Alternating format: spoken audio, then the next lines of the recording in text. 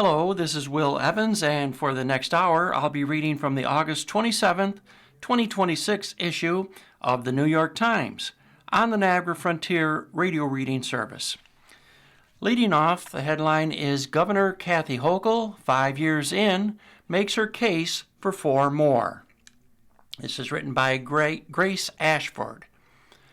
10 weeks before Election Day, Governor Kathy Hochul is undeniably well positioned. The governor, a Democrat, has a $20 million war chest and the wind at her back in a state where her party's registered voters outnumber Republicans 2-1. Even so, Ms. Hochul, who's 67, has something to prove. Despite New York's rebound from the coronavirus pandemic under her leadership, she has struggled to push her approval ratings above 50% during her 5 years in office, as New Yorkers continue to grapple with soaring energy bills, rent, and other costs.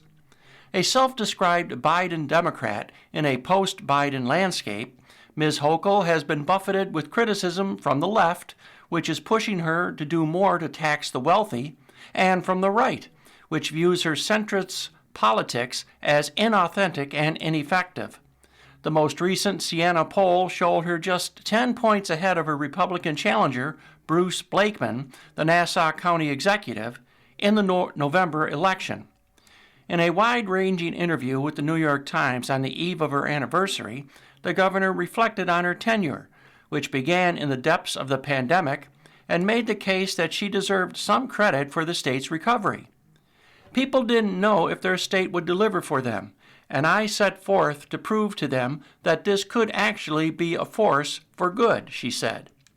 She added, I believe we have restored confidence in people, in the state of New York. When Ms. Hochul was sworn in, the circumstances were sobering.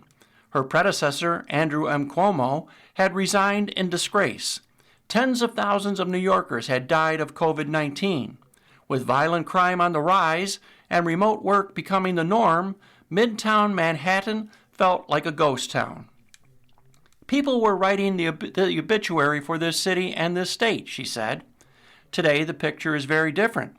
Crime is down, employment rates and tourism have largely rallied, and, as the Knicks' championship victory this summer made clear, people are celebrating again. As proof of the state's rebound, Ms. Hochul described a recent Sunday when she visited Coney Island.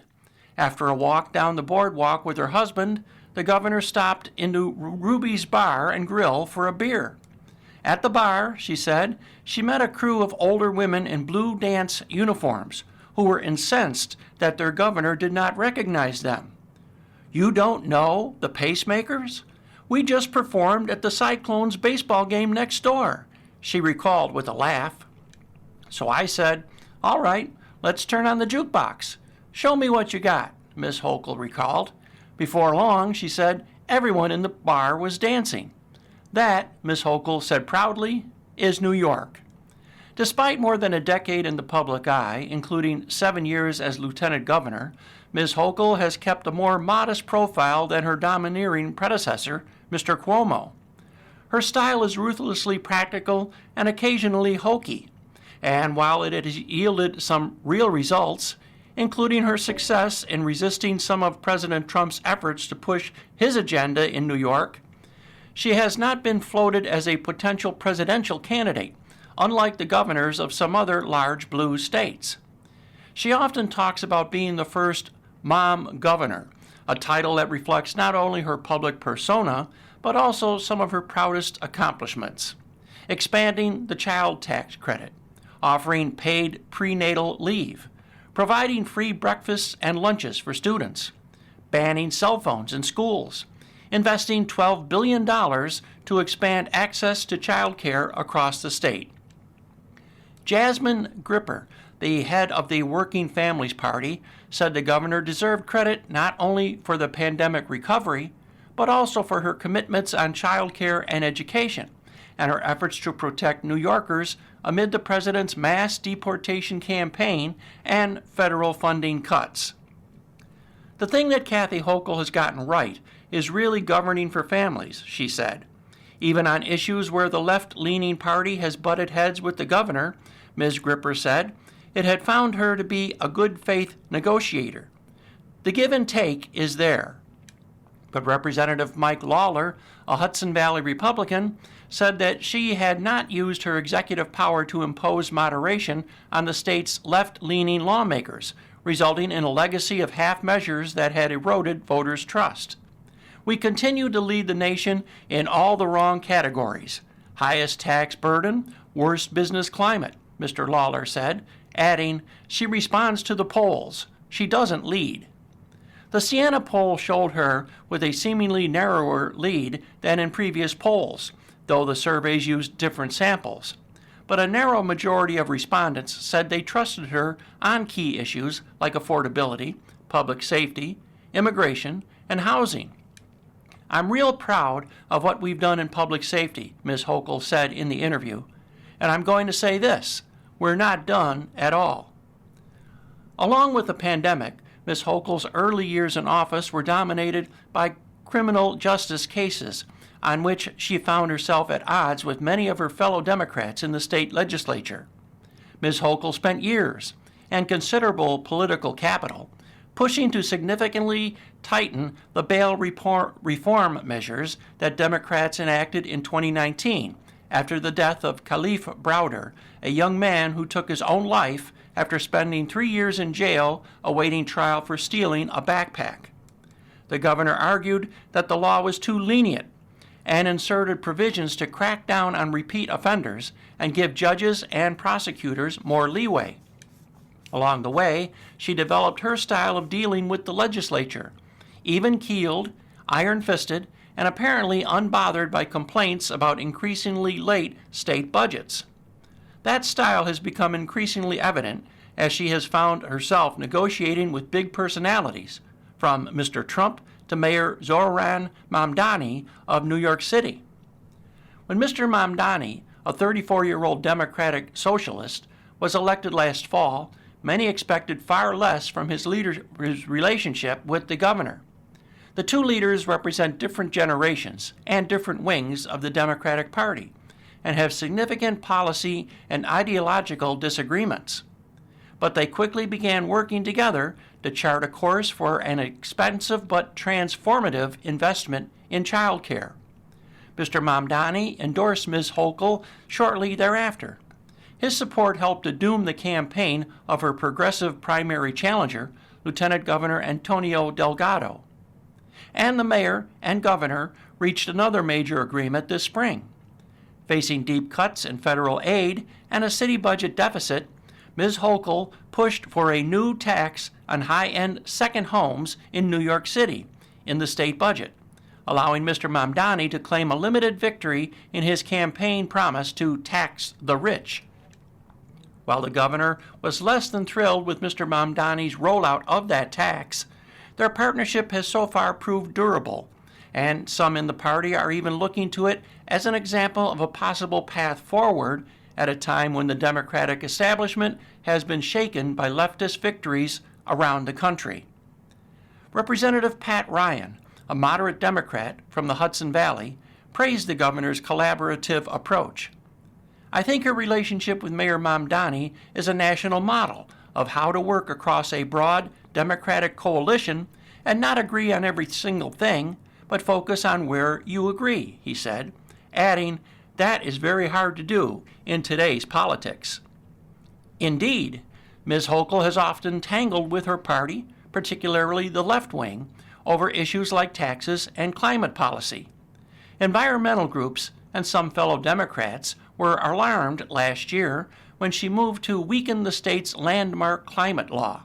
She has said that the state must adapt to changing economic conditions. Despite pressure from groups like the Democratic Socialists of America to do more to tax wealthy New Yorkers this year, the governor said in the interview that she had no intention of raising taxes or implementing new ones, though she indicated that could change if there were additional unforeseen cuts in federal aid to New York. But she has recently shown an increased appetite for taking on issues championed by the left in ways that align with her own priorities. Last month, she signed an executive order instituting a one-year moratorium on the construction of so-called hyperscale data centers while the environmental, economic, and social effects are studied. I embrace tech companies, Ms. Hochul said, but she added she expects them to do their part for the state by delivering taxes and jobs.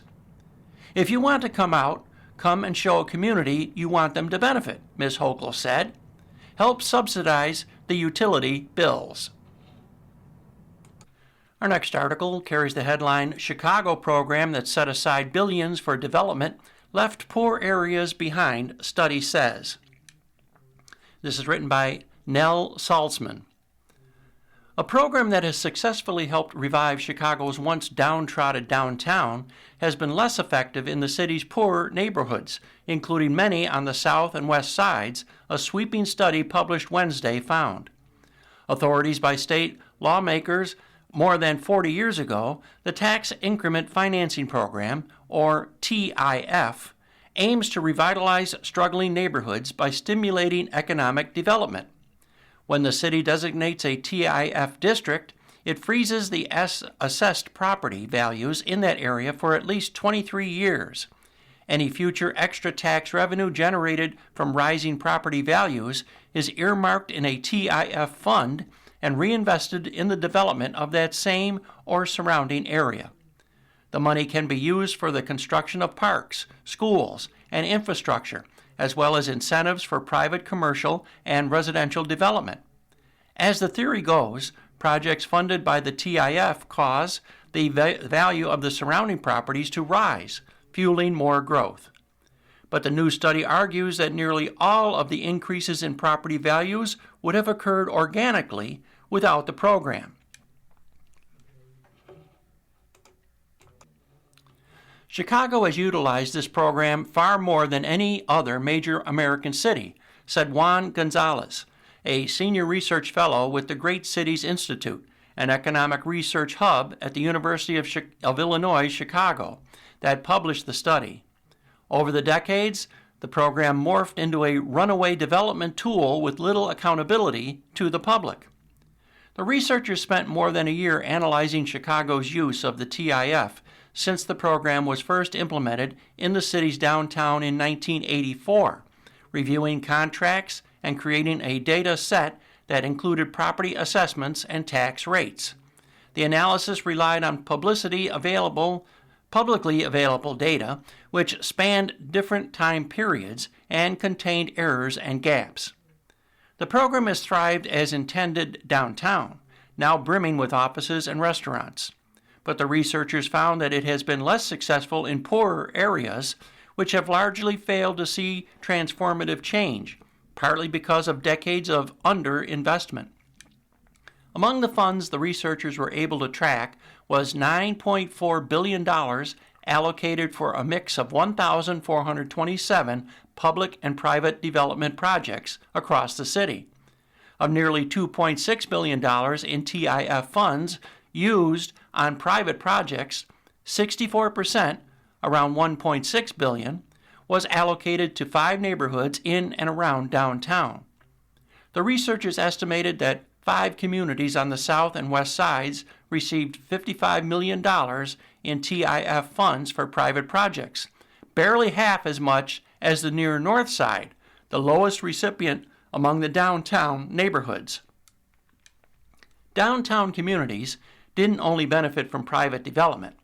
The researchers also found that almost half of TIF spending they tracked since 1986 for projects such as affordable housing, parks, and roads was also concentrated in and around downtown.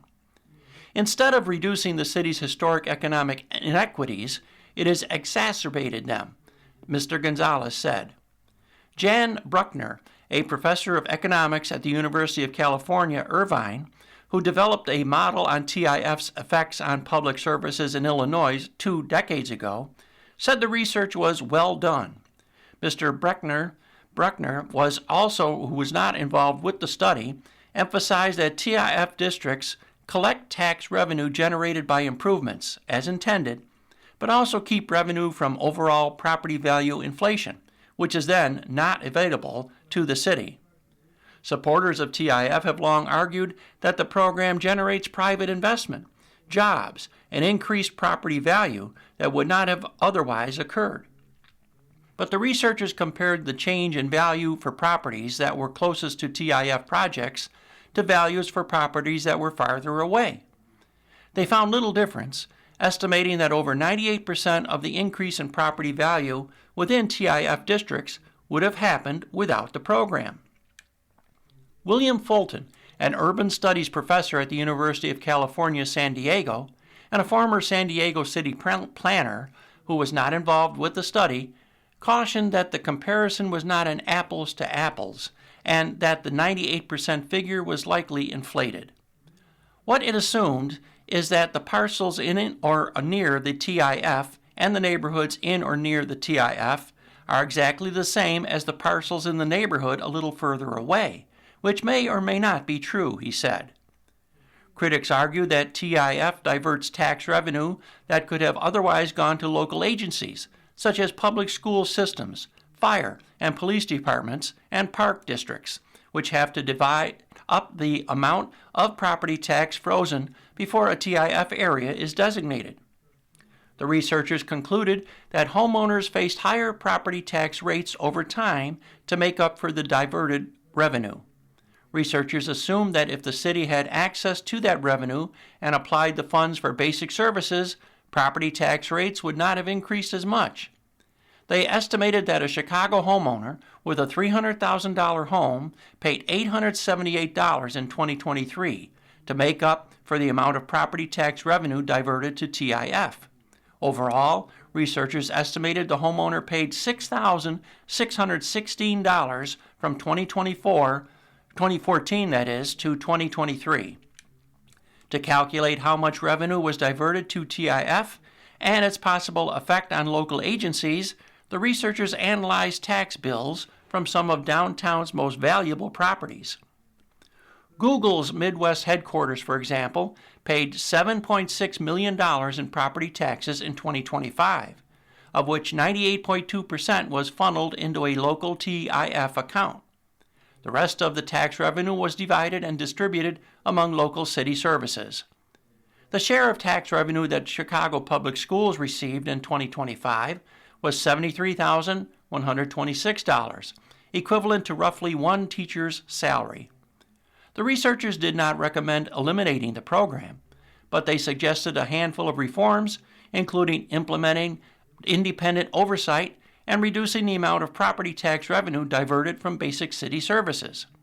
They also suggested that the city phase out downtown TIF districts that have accomplished their goals, so local agencies could collect more tax revenue.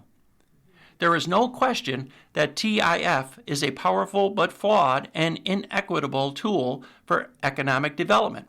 Griffin Kruger, a spokesman for Mayor Brandon Johnson, wrote in a statement. The Johnson administration says it is moving away from relying on the program to spur development. Mr. Kruger pointed to a $1.25 billion housing and economic development bond that he said would be a long-term source of flexible, equitable funding. When a TIF district expires, the tax revenue it holds goes back to local agencies. A portion of that revenue will help to fund the bond, which was approved in 2024. The bond program aims to invest up to $3 billion across Chicago by 2028.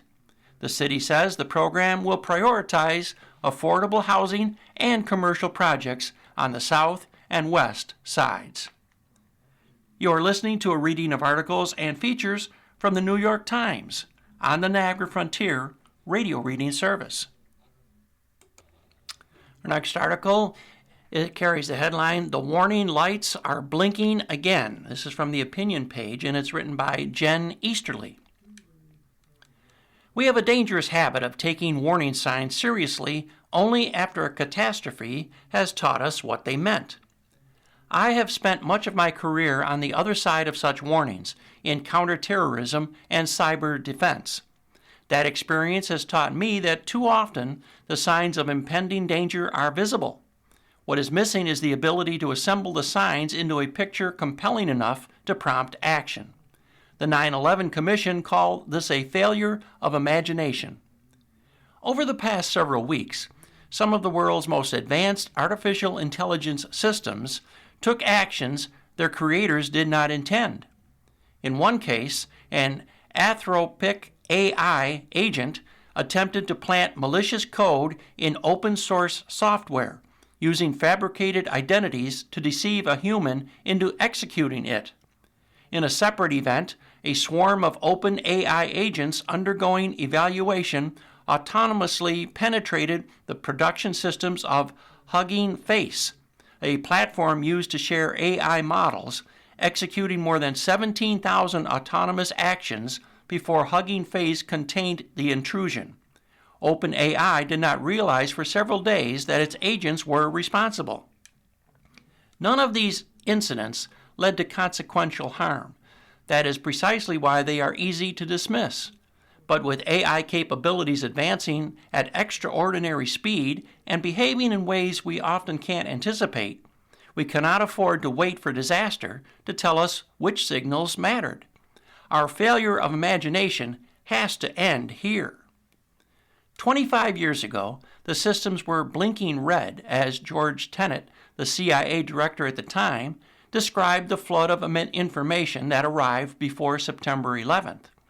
The summer of 2001 brought the so-called Phoenix Memo, which flagged an inordinate number of people of interest at Arizona flight schools, intelligence that 2 known al-Qaeda operatives had entered the United States, and a steady stream of classified reports pointing to an imminent plot. The information was there, but only in hindsight was there an urgency to understand what it all meant. The pattern extends well beyond terrorism.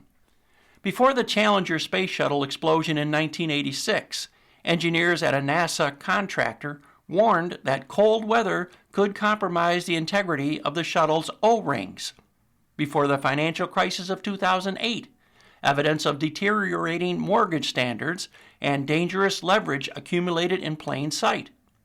Before the 2011 nuclear plant meltdown at Fukushima, Japan, multiple analyses predicted that a large tsunami could overwhelm its defenses. Not every warning warrants drastic action, of course, but again and again, institutions discount evidence because it seems costly or alarmist to act before danger is certain. When disaster arrives, what was once ambiguous suddenly looks unmistakable. Today, many warning signs are emerging from the world's leading AI labs, with companies racing to build systems of immense power with little meaningful regulation. The familiar response in these situations is to wait for an AI system to cause consequential harm. An autonomous cyber attack that significantly disrupts access to power or clean water, or a model that helps a terrorist build a biological weapon, and only then hold hearings, appoint a commission, impose new requirements, and ask why we did not act sooner. What we need urgently is an AI early warning mechanism that assembles weak signals, imagines what they could mean together, and forces decisions before the picture is complete. Every week, the federal government should convene an AI Risks Council, bringing together technical leaders from America's frontier AI labs, like Anthropic and OpenAI, with the government's top intelligence and security officials. They should examine incidents, near misses, and newly discovered capabilities across proprietary and open-weight models, including intelligence about capabilities emerging from China and other foreign developers. Armed with that information and expertise, the Council could answer the question, what is the most dangerous, plausible story these signals could be telling us, and what should we do now if it was true? Each meeting should produce a classified assessment of the most plausible scenarios, the evidence for and against them, key gaps in what we know, and concrete steps to reduce the risks. Getting ahead of this risk would not require a wholesale reorganization of government. It wouldn't even require a new agency or new statute. At the Cybersecurity and Infrastructure Security Agency, which I led from 2021 to 2025, we built a version of this approach through the Joint Cyber Defense Collaborative, bringing technology companies, including AI labs, infrastructure operators, and government officials together to share sensitive threat information and plan collective defenses. The point was to turn public-private partnership, a phrase that has curdled into a bumper sticker, into a real operational collaboration. Information sharing that was timely, relevant, and, above all, actionable. It was imperfect, and it was hard, but it demonstrated that fierce competitors would cooperate on security when government convenes them with purpose. What that earlier effort did not have, and what this moment demands, is cadence and consequence. As an AI Risks Council cannot be just another discussion group. Its weekly assessment should go to a single senior White House official accountable for determining what happens next, with the authority to order additional government testing, convene an emergency response, and elevate the gravest risks to the president.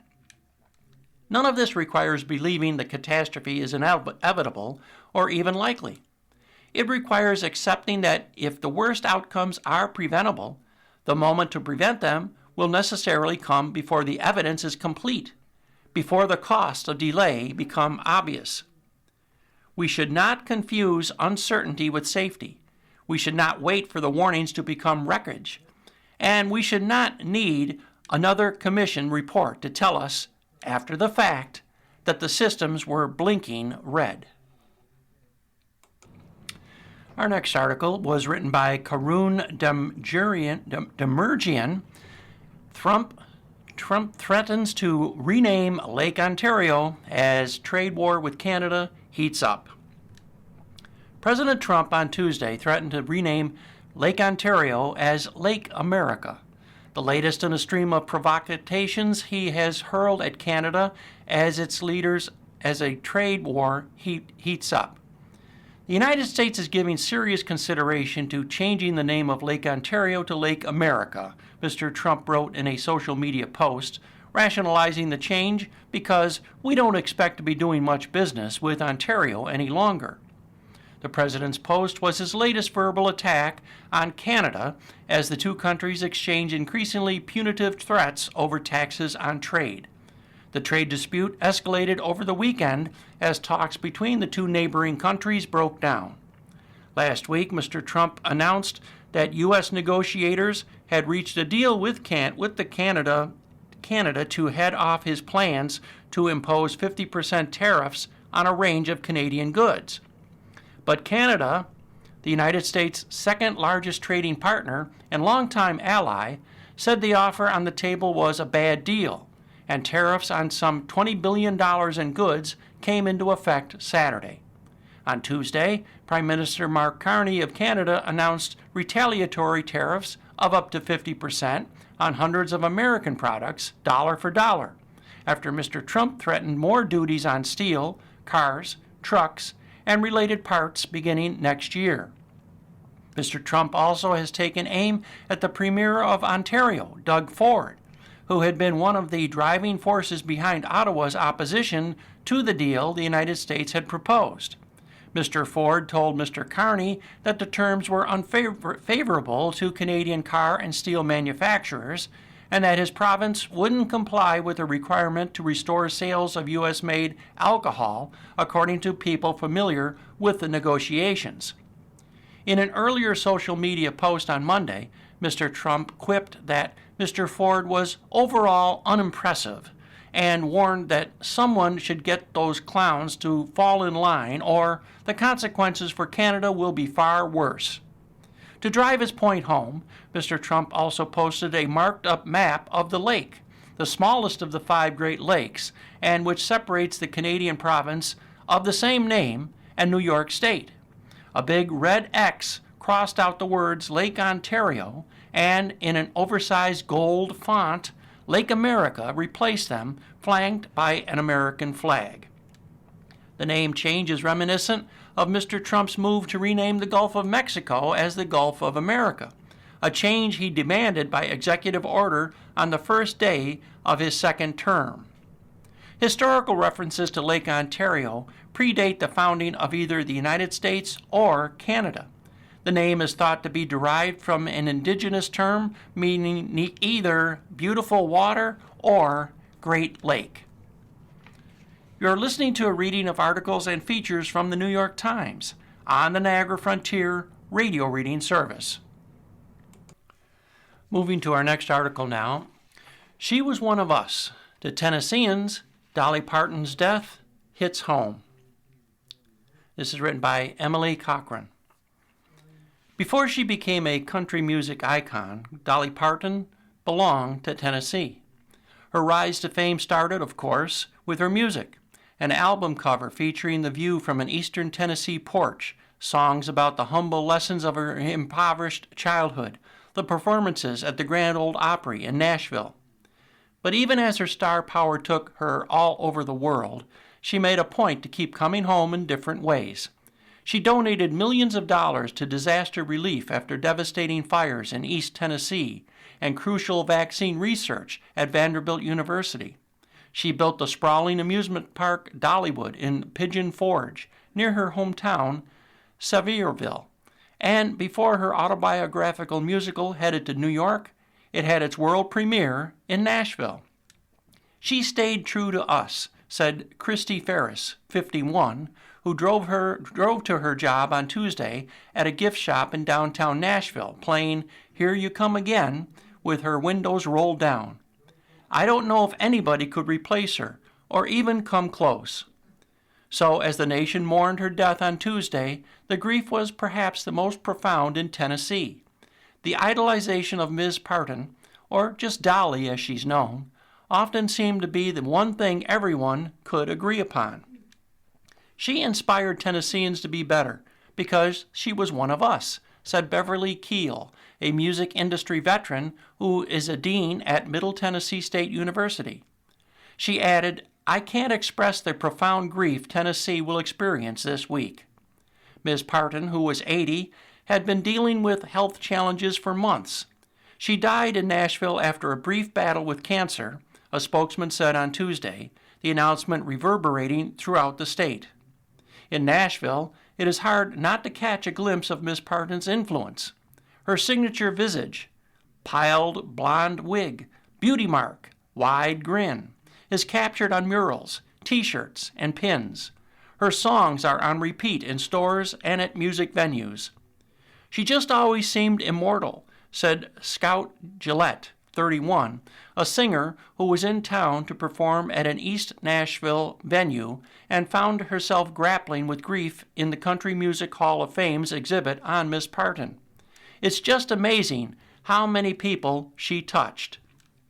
At the Hall of Fame, a line formed as people filled out a condolences book for Miss Parton's family.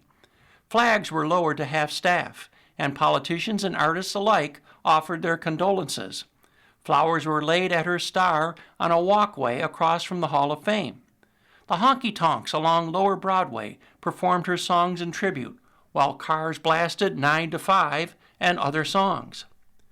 She stayed so respectable and didn't really waver from who she truly was from the age of 10 until the age of 80, said Aaron Russell, who was visiting Nashville from Connecticut and had inherited a love of Miss Parton from her Alabama-born father. A friend had reached out, she said, wondering if being in Nashville on Tuesday was the equivalent of being in London when Princess Diana died. Farther from downtown, flowers piled up near a mural in East Nashville. People sniffed back tears as one young woman sketched oil pastel butterflies in a notebook. It was a break, she said, from mourning a woman who had been a fixture since childhood. And at the Grand Ole Opry on Tuesday night, the show opened with Rhonda Vincent, an Opry member, performing Coat of Many Colors. She softly told the crowd, "This is for Dolly." Throughout the night, performers sprinkled in their own memories of Miss Parton. If you were a Tennessean, you were probably touched by her in some way, said Charlie Matos, a local radio announcer. In East Tennessee, where Miss Parton had spent her childhood and many years building Dollywood, there was an even more profound sense of loss. The city of Sevierville, where Miss Parton was born, said in a statement that the world has lost an icon, but Sevierville has lost a daughter who never stopped loving her home. Natalie Tyson, 41, said she was particularly moved by Miss Parton's contributions after a wildfire in Sevier County killed over a dozen people in 2016. At the time, Miss Tyson had just moved to the area from Florida, and she lost about half of her belongings in the fire, she said. Dolly really came through and helped out a lot, and that really cemented her in my heart and a sense of community, said Miss Tyson, who has a tattoo of Miss Parton on her thigh. On Tuesday, hundreds of people gathered at a statue of her on the lawn of the old Sevier County Courthouse to leave flowers, balloons, and other mementos. Hannah Sanderson, 35, brought her children, Evie, 10, and Owen, 8, to the statue and placed yellow roses in the growing memorial. If anybody deserves to have respects paid, it's Dolly, she said. Our next opinion article carries the title, I'm the Guy Who Sat in Front of You at the Beach, and this is written by Thomas Beller. My family, newly arrived at our vacation rental in the Hamptons, is going to the beach. We drive over to Amagansett to a beach that takes our temporary permit and unload. 2 of us get dropped off near the sand, take everything and set off in search of a spot on the beach, while 2 of us head off to park the car. My teenage daughter and I are in the forward expedition. After that first moment at the entrance spent regarding the tableau of sand and sea, all the beachgoers and their umbrellas, we decide to go to the right. It's not too crowded, and it takes only a couple of minutes to get to where it's even less crowded. When we come to what seems like an acceptably vacant spot, I drop everything and begin to set up the umbrella. Then I hear a man's voice behind me. I don't believe it, he says. The tone is not warm. My daughter and I are setting up in a gap between other people who are perched on the ridge overlooking the ocean. Following the voice, I now see that there is a couple sitting in chairs higher up on the beach behind us. As a lifelong New Yorker, I'm used to the tiny, unspoken negotiations over space, on the subway, on a park bench, on the sidewalk, waiting for the light to change. But I wasn't expecting it on the beach. You have miles of beach, and you decide on the spot right here, the guy says, right in front of me. He is shirtless, wearing a white bucket hat, and has zinc on his nose. A woman around his age, which is approximately my age, is seated beside him, also in a beach chair. They are under an umbrella.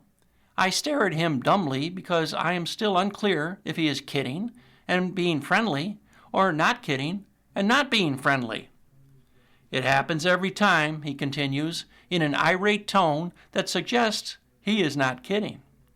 It's because you are so attractive, I say.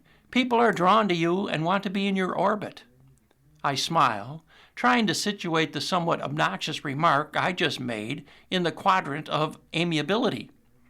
You could go anywhere on this beach. Are you being serious?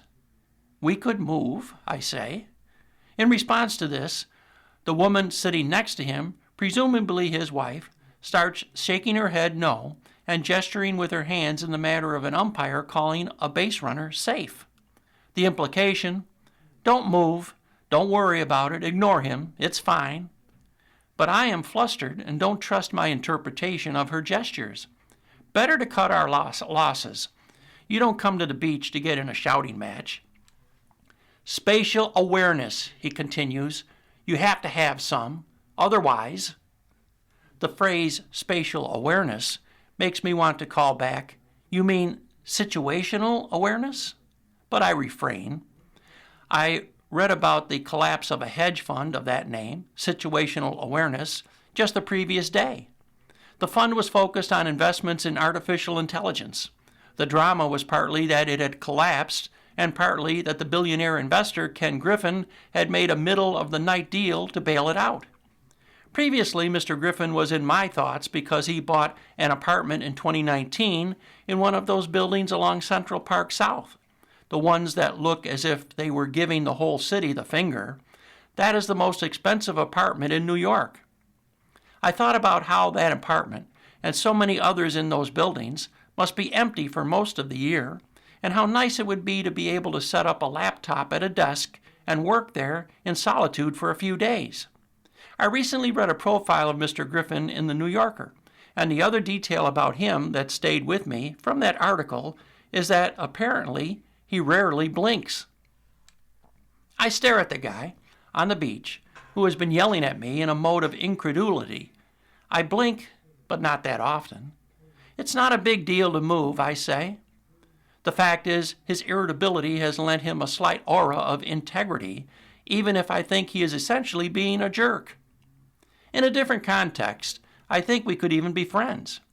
I always feel that fights have the seeds of friendship within them. Not always, but sometimes. I've long felt that the corollary to my New York-bred appetite for confrontation is a kind of excessive gallantry.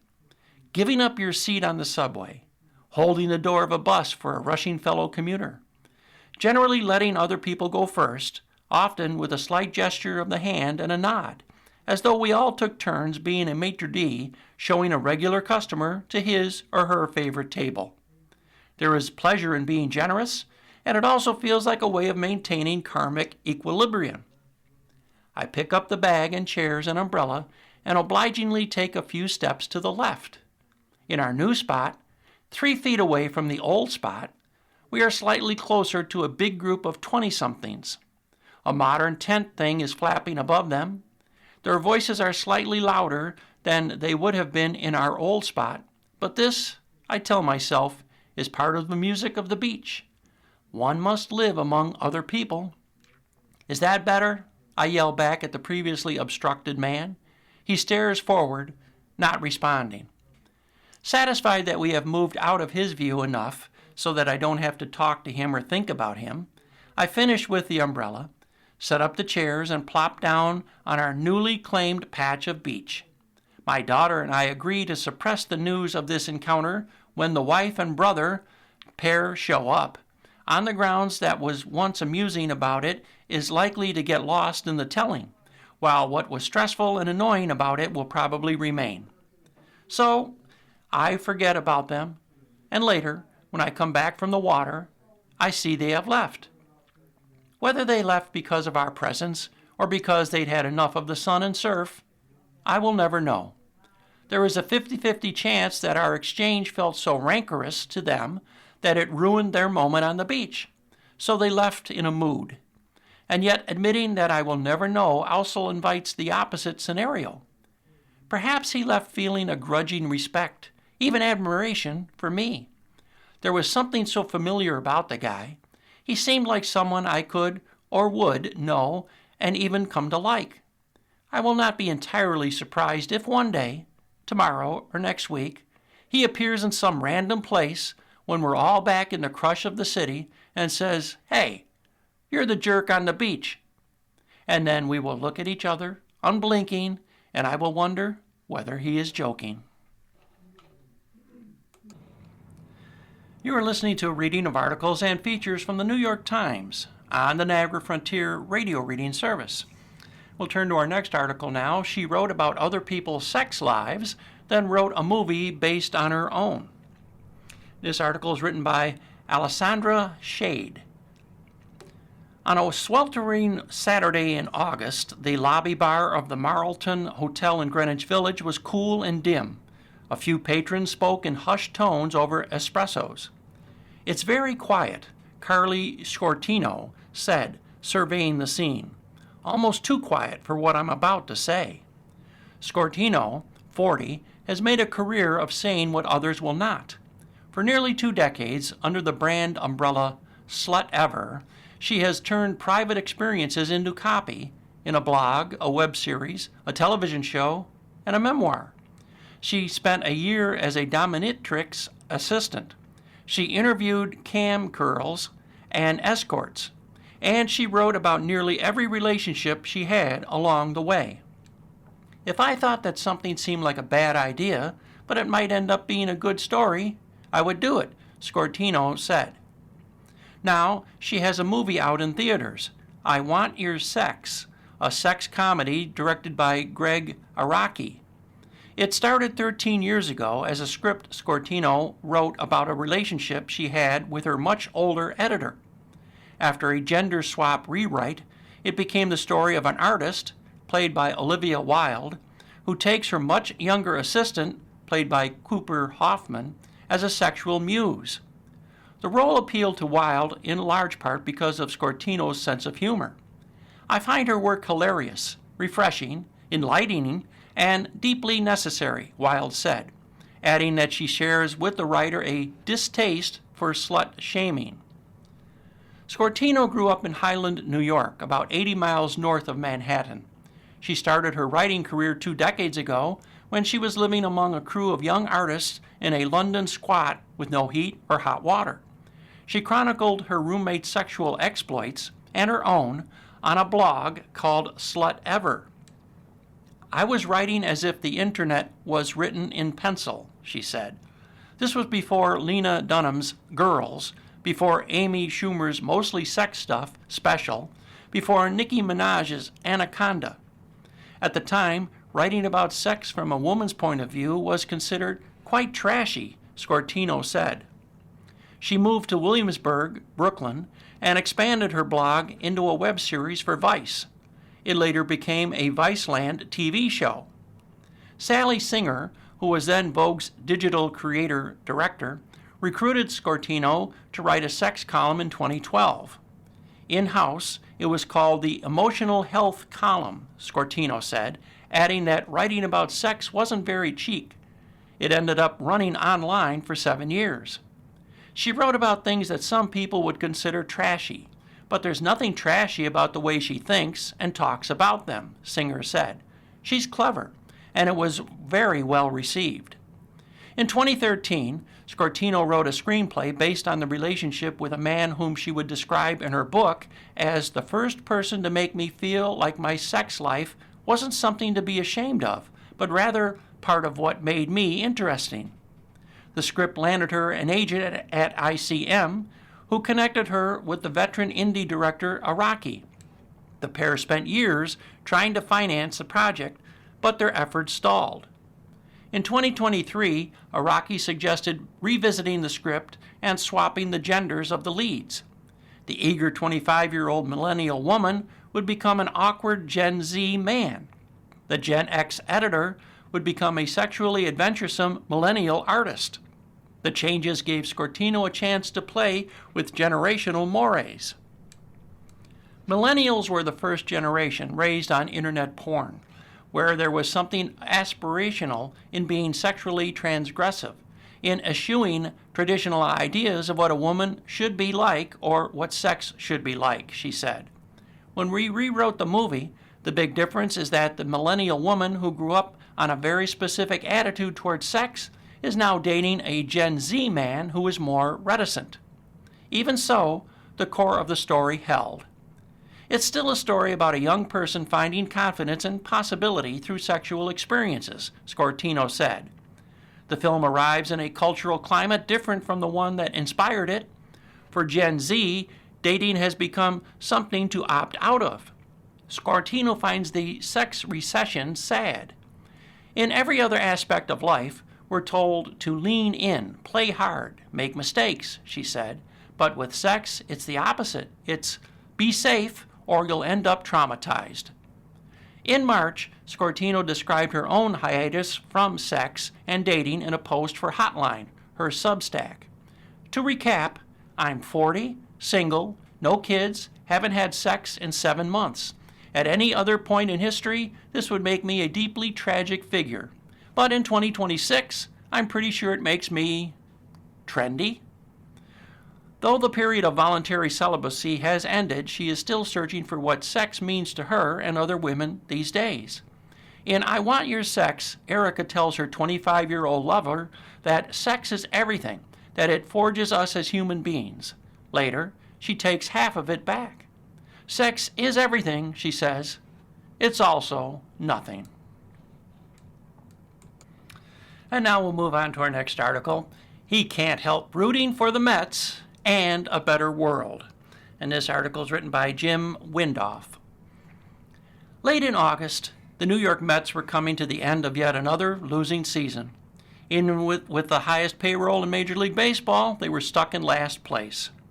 That was more or less all right with A.M. Gitlitz, the author of the recently published Metropolitans, the New York Baseball Class Struggle, and the People's Team, an idiosyncratic history of the team and its relationship to leftist and populist movements.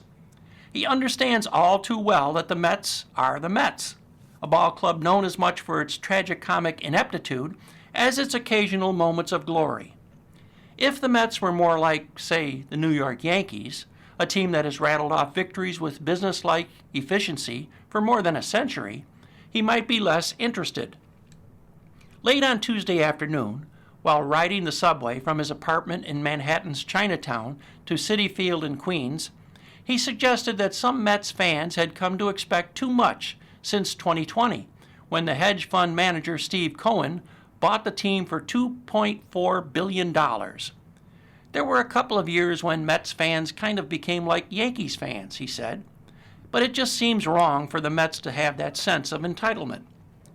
Gitlitz, who goes by Andy, is a Mets fan for reasons having little to do with the team's flashes of prowess. He likes the goofy mascots, Mr. and Mrs. Met. He appreciates that the Mets pitcher, Sean Manaea, takes the subway to work.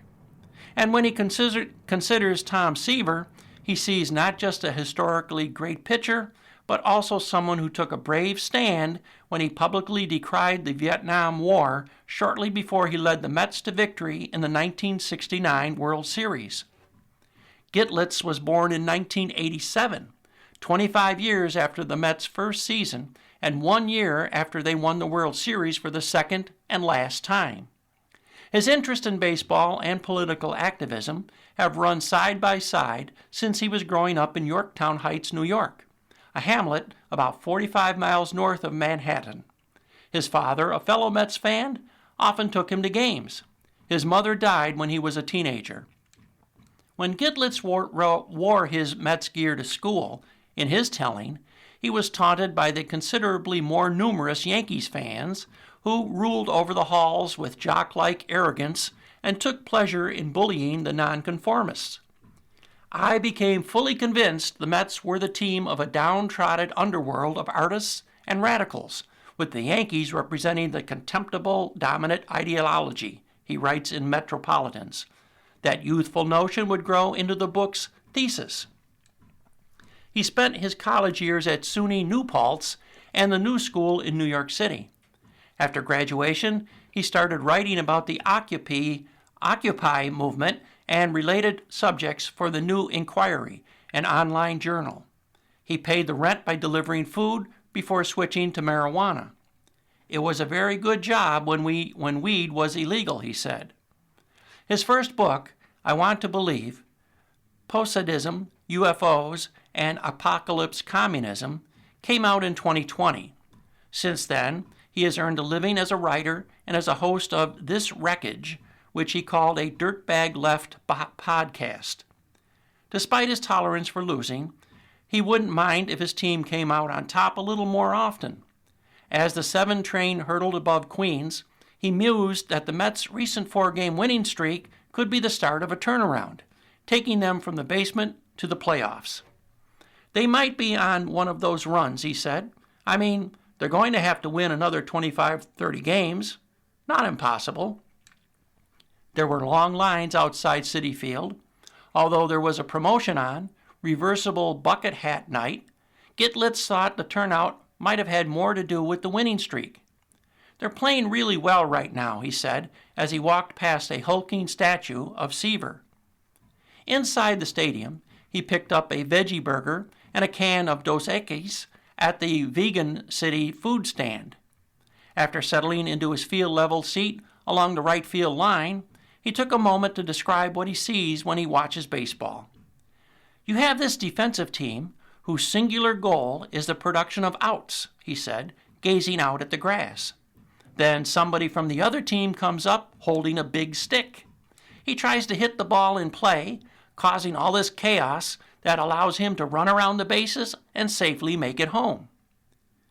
Contrary to popular belief, he continued, baseball was invented not by farmers or urban laborers, but by Manhattan's middle-class office employees.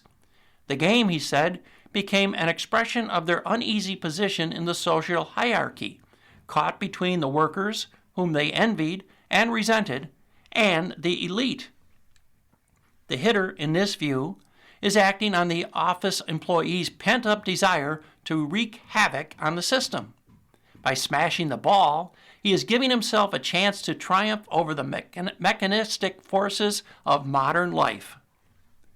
They standardized the game in such a way that it was neatly balanced between defense and offense, Gitlitz said.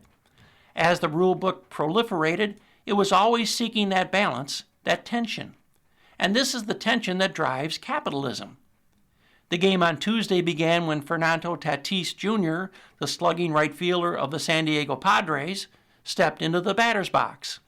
The Mets pitcher, Zach Thornton, threw a fastball. Tatis smacked it over the wall. Citi Field groaned. After just one pitch, the Padres were leading 1-0. In the bottom of the second inning, things were looking up. The Mets had the bases loaded, and Francisco Lindor, the team's star shortstop, was at bat. Gitlitz noted with pride that Lindor's wife, Katia Ruggiero Lindor, served Zohran Mamdani as a member of his inaugural committee when he was New York City's mayor-elect. Lindor slugged the second pitch over the wall in right field. There was a problem, though. Tatis leaping. He caught the ball before it could reach the stands, robbing Lindor and the Mets of a grand slam. Midway through the game, Gitlitz checked his phone and saw that several members of his group chat, Mets sickos, as well as a few other people he knew, were seated in the upper deck.